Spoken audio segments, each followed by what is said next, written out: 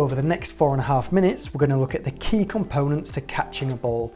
It's such an important life skill, from sport and play through to day-to-day activities. Catching is simply a skill that we cannot go without. We're going to break the art of catching the ball down into 3 main focus points for you. And at the end of the video, we're going to give you 3 top tips so that you can have a greater impact when teaching others how to catch a ball. Our first focus is on our eyes. Now, there's a common misconception that we should be watching the ball, and this isn't strictly true. We should be tracking the ball. Now, this isn't just semantics, there is a huge difference. Watching is very passive. Tracking means that we're calculating the speed and trajectory of the ball in order to estimate where the ball's going to land. Much like an animal stalking its prey, we're going to make a calculated decision and then react accordingly.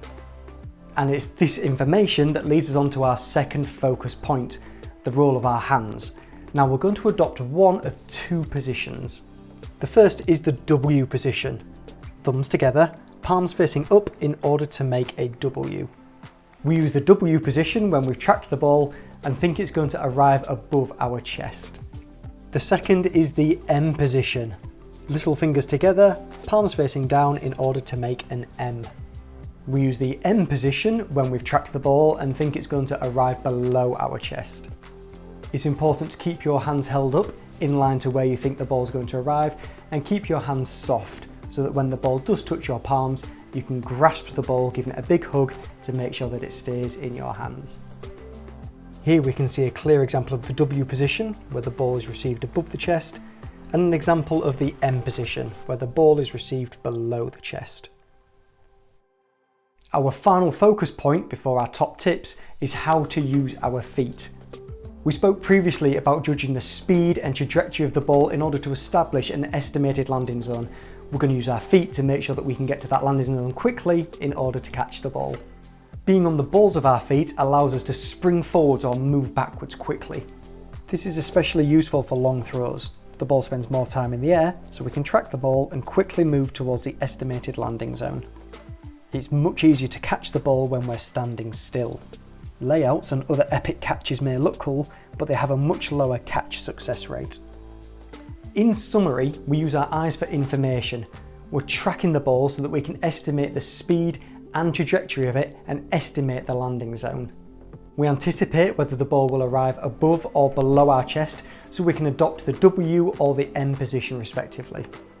Finally, we start on the balls of our feet so that we can quickly move towards the landing zone to increase our chances of a successful catch.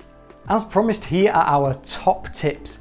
Now, we've all stubbed our fingers on a rugby ball or been hit in the face by a cricket ball, and it's not fun, it really hurts. So we're going to switch out for a softer ball to ensure that doesn't happen. Beach ball, sponge ball, or even a balloon is perfect for those beginning so that they can increase their chance of catching the ball without the risk of injury. We can roll the ball too. Now, this isn't trivial. We talked before about the importance of them developing tracking skills when estimating the speed and trajectory of the ball. Rolling the ball allows them to do just that, as well as learning to handle the ball in an efficient manner, soft hands and gripping the ball when it arrives. As they improve, we can use bounce passes before developing onto our full throws. Over time, increase the distance so that children have to move to catch the ball. This will improve their calculating process and forces them to react more quickly. Catching a ball is a difficult skill which takes years to refine. This video serves as a guide to speed up the process and support children in learning and loving physical education. Thank you for watching, everybody. I hope that you found the video useful. If you did, then please like and share it with anybody else that you feel would benefit. And remember to subscribe so you can catch next week's video. I'll see you then.